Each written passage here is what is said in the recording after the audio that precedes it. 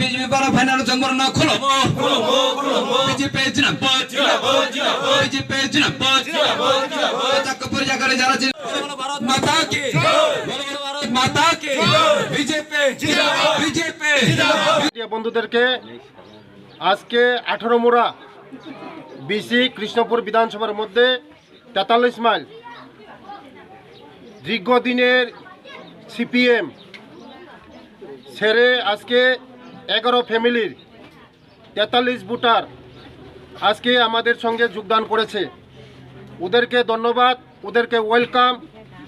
কারণ আমাদের এই রাজ্যের জনপ্রিয় মুখ্যমন্ত্রীর নেতৃত্বে আমাদের যে সরকার চলছে, জনমুখী সরকার, গরিবের সরকার, আমাদের অন্তদয়দের সরকার এবং সব মেহনতি মানুষদের সরকার। আজকে পাহাড়ে আমাদের জনজাতিরা বুঝে গেছে যে সিপিএম নামক একটা দল সন্ত্রাস দল আর জীবনে আসতে পারবে না। কারণ জনজাতিরা সিপিএমকে বিসর্জন দিয়ে দিয়েছে। তার জন্য আজকে যারা এসেছে সিপিএম দল ত্যাগ করে, ওদেরকে আমি ধন্যবাদ জানাই। বিগত দিনের যারা সিপিএম নেতৃত্ব আমাদের জনজাতিদের জন্য কিছু করে নাই, এই 18 মাসের জন্য কিছু করে নাই।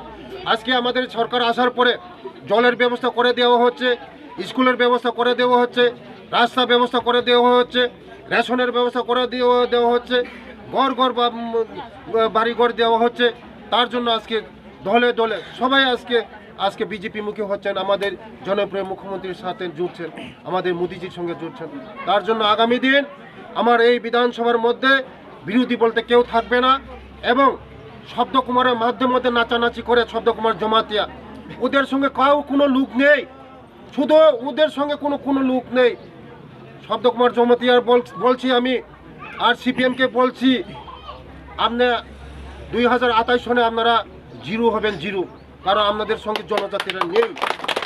আমি চ্যালেঞ্জ দিয়ে বলছি জনজাতিদের, আমি শব্দকুমার জমাতিয়াকে, উনি কংগ্রেসের এখন লিডার, জনজাতির লিডার কংগ্রেসের।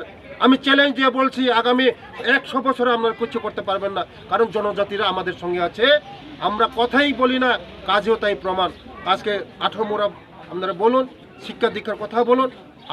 আজকে আমাদের সরকার আসার পরে আমাদের জনজাতিরা জলের ব্যবস্থা, রাস্তার ব্যবস্থা সব হয়েছে। ধন্যবাদ।